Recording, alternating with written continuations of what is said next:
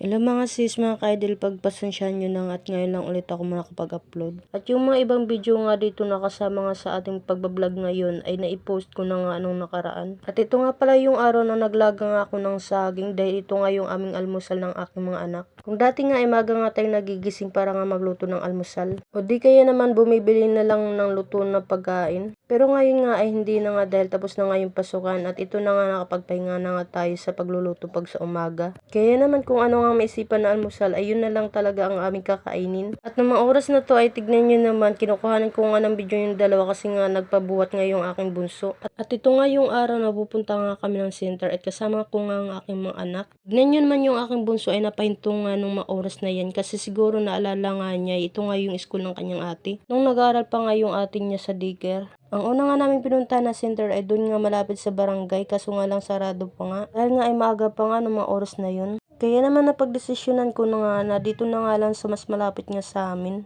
At hanggang dito na lang po yung aming video. Sana po inyo panoorin. Salamat!